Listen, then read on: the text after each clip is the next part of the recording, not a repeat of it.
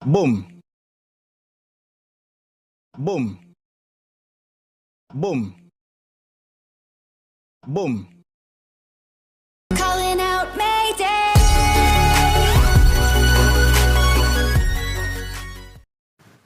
Hello guys, kamusta? Ako to si Jeyepji at today ngayong gabi, it's 7:26 PM na po.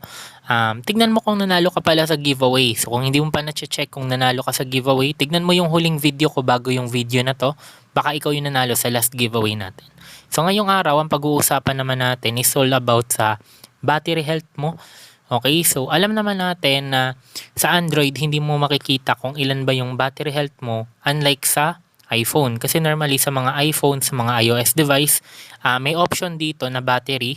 Tapos makikita mo dun sa iPhone or sa iOS devices yung battery health ng phone nila.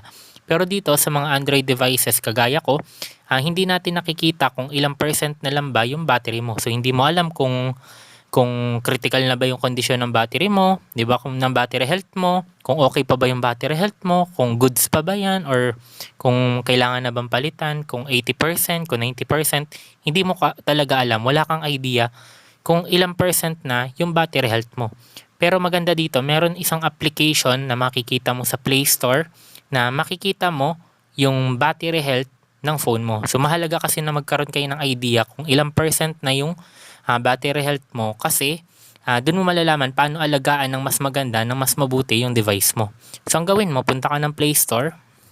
Then ang isa-search nyo dito guys is Accu. Yan, Accu battery. Yan, Accu battery. So maganda dito guys, mayroon na siyang 10 million downloads pero kung titingnan nyo guys yung stars niya, 4.6 stars. So hindi naman to guys battery saver. Hindi siya battery saver na app. Actually, application na to is battery monitoring app. So makikita nyo kung saan nyo ginagamit yung battery ninyo. Di ba? Makikita nyo kung ano yung pinakabumabawa sa battery ninyo.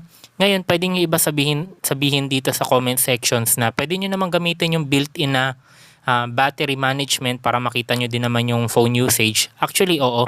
Pwede mo rin naman gamitin yung nasa system na battery, parang battery viewer mo para makita mo kung saan din yung gumagamit ng anong app yung pinakagumagamit ng battery mo. Pero yun nga lang, dito kasi sa system battery, hindi mo makikita kung ilan yung health, yung battery health mo. Pero dito, maganda dito sa Accu battery, pwede mong makita yung battery health mo. Paano? Install natin. So ako guys, ito na-install ko na siya. Ang maganda dito guys sa Accu battery, yan, pakita ko sa inyo. So ito siya. Ang maganda dito guys, habang tumatagal, lalong nagiging accurate yung battery health niya. Okay? Ngayon dito guys, may option dito sa baba, charging, discharging, history, tapos health. Okay? So makikita nyo guys, currently, yung battery health ko is 90% na lang.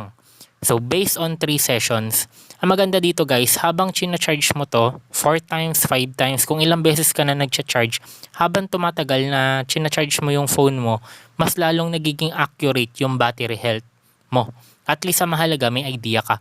Yung sa akin kasi, 90% na lang yung battery health ko kasi actually, yung device ko na to, 1 year mahigit na. So actually, turning 1 year and 4 months na ata yung phone ko na to. So medyo matagal na. Pero kung titignan natin, okay pa rin naman kahit paano yung battery health. Compared sa isa kong phone na luma na talaga, J7, umabot na ng 86 or 84% yung phone ko na yun. Pero ito at least 90% pa. So yun yung maganda dito sa Accu battery. So paano ba to gagamitin? Actually simple lang. After mo lang i-install yung application na to, i-charge mo lang yung phone mo 2 to 3 times tapos makikita mo na yung battery health mo. Ganun lang siya kasimple. So mahalaga na malaman nyo to guys. So yun lang guys. Hopefully may natutunan kayo sa video na to. Pag may natutunan ka, don't forget to like, comment, and subscribe. Share mo to sa mga kaibigan mo para alam din nila kung delikado na ba yung kondisyon ng battery nila.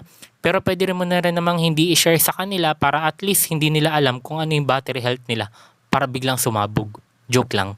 So yun lang guys, ingat kayo palagi. Maraming salamat.